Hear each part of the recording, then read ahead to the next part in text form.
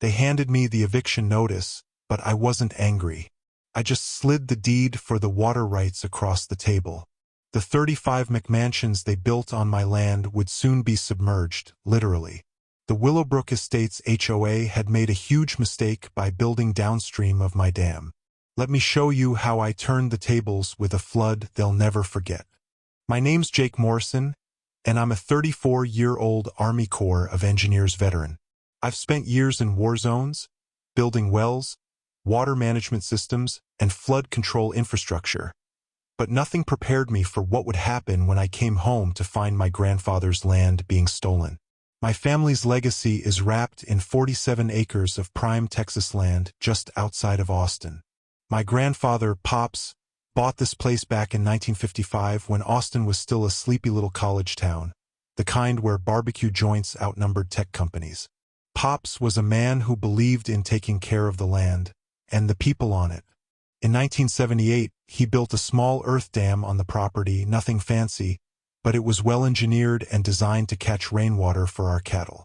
Over the years, it became something more, helping out our neighbors during droughts and floods. When I left for my second deployment, Pops had already passed away, and my sister, Sarah, was managing the land. She didn't know much about land law, and that's where things started to go wrong. When I returned home in August 2023, after my second deployment, I was expecting to find the familiar landscape I'd left behind. Rolling pastures, open skies, and the small earth dam sparkling in the sun. But instead, I was greeted by construction trucks, survey stakes, and crews working hard on my land. My boots crunched against the gravel road, but it wasn't the same sound I remembered. It felt different, angrier. I marched up to the construction foreman, ready for an explanation. He barely looked at me. "Sorry, buddy," he muttered. "We got permits and everything. This is Willowbrook Estates property now." Confused and furious, I called the police. Officer Martinez showed up, but even he was uncomfortable with the situation. The HOA had filed an adverse possession claim, meaning they were trying to take the land because it hadn't been actively used for a certain period of time. The audacity! And that's when Maggie Thornwell, the HOA president, appeared, riding in on her golf cart like some kind of suburban warlord. She flashed that sugary smile of hers, then said, "Your family abandoned this land, honey. We're just putting it to good use for the community." But that wasn't all. Maggie had done something far worse. She'd diverted the small creek that fed into my dam. The water levels were dropping every day, and with it, 45 years of careful water management. My blood started to boil as her parting words echoed in my head. "You should have stayed closer to home, soldier boy. This wasn't just about land, it was war." I hired an attorney, the first one I could find. Big mistake. This guy quoted me $85,000 just to challenge the zoning changes. Turns out, while I was serving my country, Maggie's husband, Rick, had pushed through an emergency zoning change, turning my agricultural land into residential zoning overnight. That's when I realized I needed more than just a lawyer. I needed knowledge. I dug through the county records and found Pop's original 1978 dam construction permits. These weren't just ordinary permits. Pops had worked with the Army Corps of Engineers, which meant federal jurisdiction over the dam. That was my ticket. The local HOA and city council had no authority over the dam. I also stumbled across something even better, a 1923 water rights deed that my great-grandfather had secured.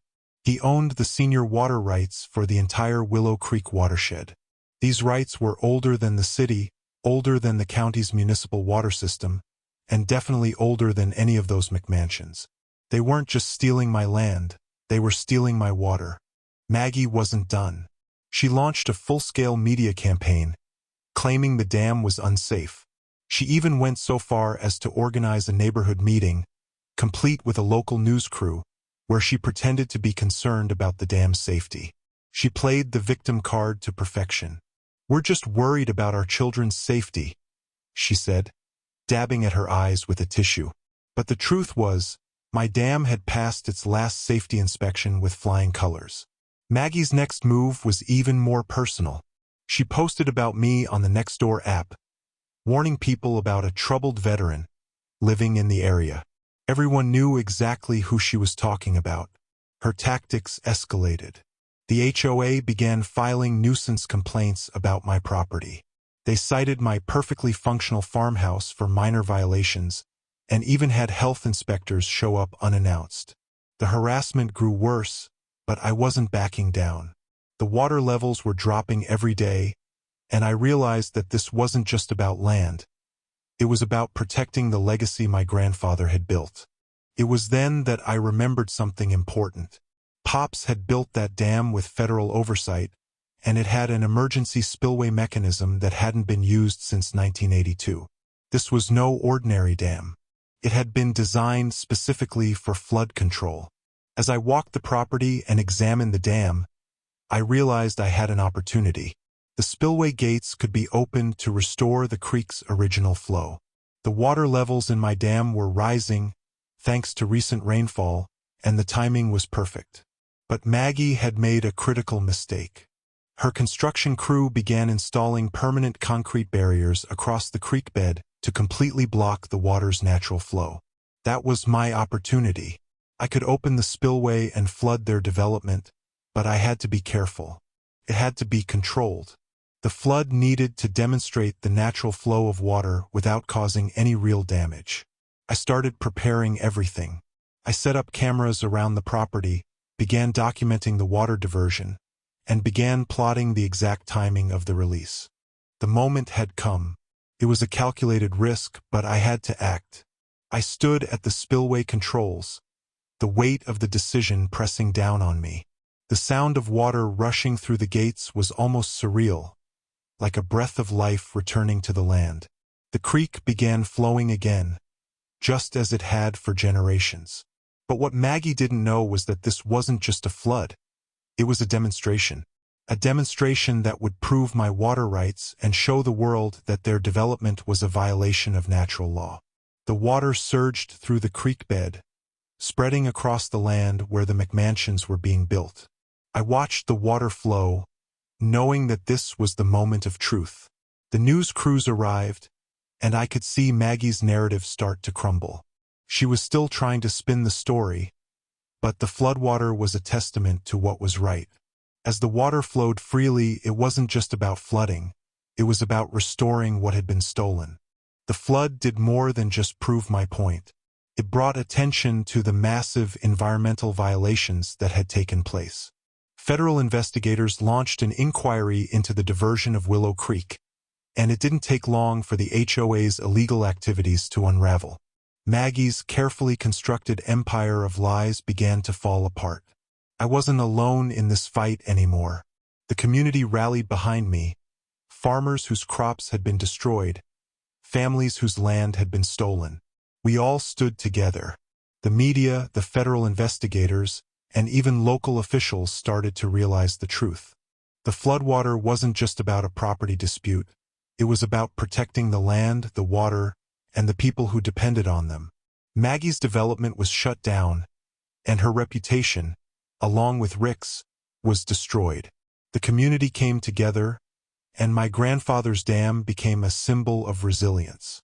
As I stood on the porch, watching the creek flow freely again, I knew that this wasn't just about revenge.